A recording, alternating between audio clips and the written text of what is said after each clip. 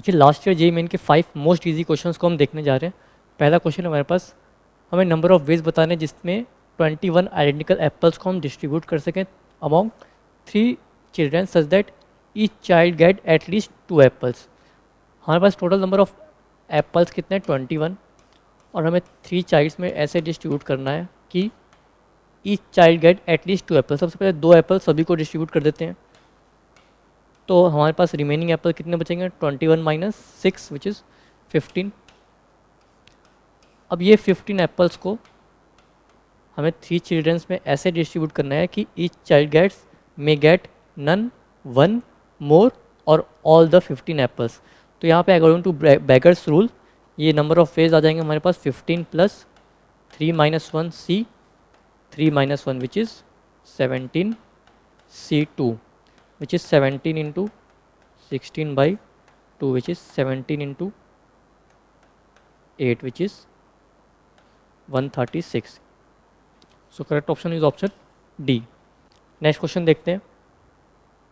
देखिए इस क्वेश्चन में हमारे पास अल्फा बीटा गामा दिए गए मिरर इमेज इस पॉइंट के इस गिवन लाइन में, तो हमें इस एक्सप्रेशन की वैल्यू फाइंड आउट करनी है। लाइन है हमारे पास, पॉइंट है हमारे पास 2 3 5 और इसका मिरर इमेज दिया गया है, let's say it is Q which is alpha beta gamma.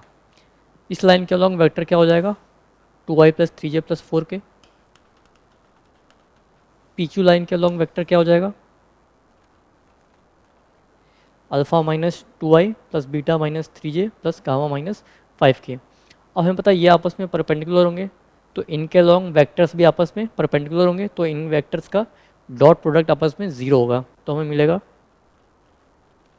2 into alpha minus 2 plus 3 into beta minus 3 plus 4 into gamma minus 5 will be equal to 0। इसे सिंप्लीफाई करते हैं, यहाँ से हमारे पास 2 alpha plus 3 beta plus 4 gamma की value आ जाएगी -4 -9 -20 विच इज़ 33। तो हमें जो वैल्यू फाइंड आउट करनी है 2 alpha plus 3 beta plus 4 gamma की वैल्यू क्या आ गई 33। So correct option is option B. Next question देखते हैं। हमें सेकेंड, 8th और 44th terms of non constant AP बताया गया है कि फर्स्ट सेकेंड थर्ड टर्म है एक जीपी के, और इस एपी का फर्स्ट टर्म हमें दे रखा है 1, हमें सम ऑफ 20 टर्म्स की वैल्यू फाइंड आउट करनी है। लेट इस एपी का कॉमन डिफरेंस डी है, तो सेकेंड, 8th और 44th टर्म्स क्या हो जाएंगे 1 plus D, 1 plus 7d, 1 plus 43d। अब ये जीपी में तो B square is equal to A into सी।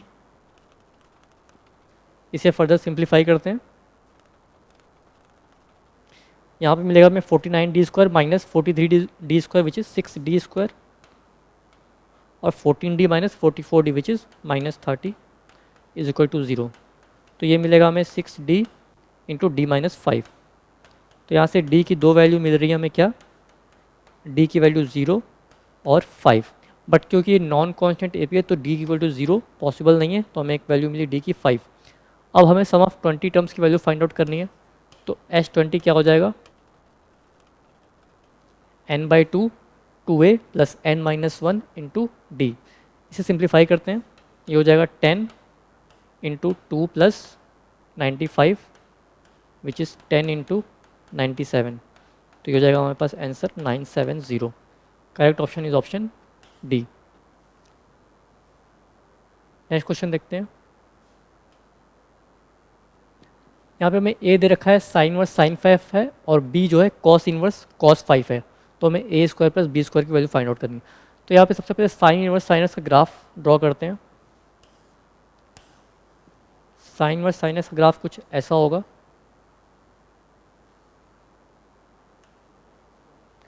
ये होगा 0, ये होगा π/2, ये होगा पाई, ये होगा 3π/2, ये होगा 2π।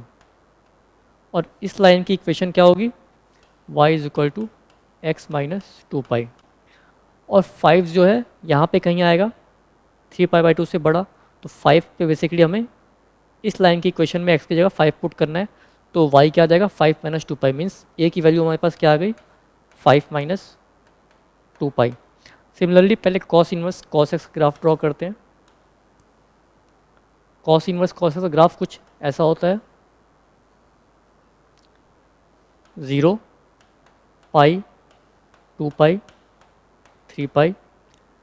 इस लाइन का इक्वेशन क्या हो जाएगा, y is equal to 2 pi minus x.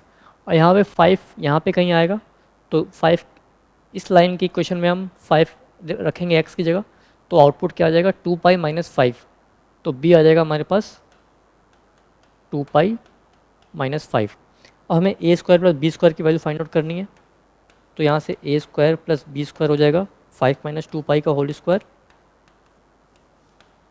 Plus 2 pi minus 5 का होल स्क्वायर। तो ये हो जाएगा basically twice of 5 minus 2 pi का होल स्क्वायर, हो जाएगा twice of 25 plus 4 pi square minus 20 pi. तो ये बेसिकली फाइनल वैल्यू निकल के आएगी क्या, 8 पाई स्क्वायर माइनस 40 पाई और plus 50। 8 pi square minus 40 pi plus 50 which is option B. Next question देखते हैं। यहाँ पे एक कॉइन बाइस कॉइन दिया गया है जिसमें हेड आने की probability twice as likely to occur as tail. Means P head जो है, हेड आने की प्रोबेबिलिटी ट्वाइस है टेल आने की प्रोबेबिलिटी से। If a coin is tossed, coin को 3 टाइम टॉस किया गया है, तो हमें प्रोबेबिलिटी फाइंड आउट करनी है getting at least getting 2 tails and 1 head. तो यहाँ पे हमें पता है P H plus P T क्या हो जाएगा 1, पी एच क्या है 2 P T plus P T is equal to 1। तो यहाँ से टेल आने की प्रोबेबिलिटी क्या आ जाएगी 1/3।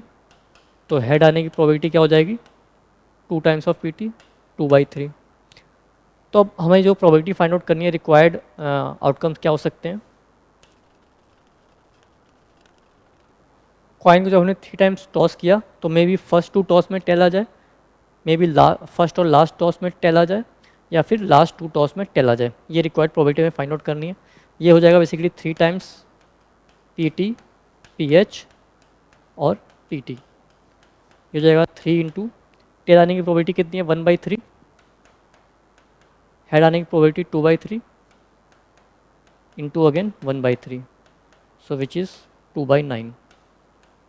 तो हमारा फाइनल आंसर क्या हो जाएगा 2/9, ऑप्शन ए।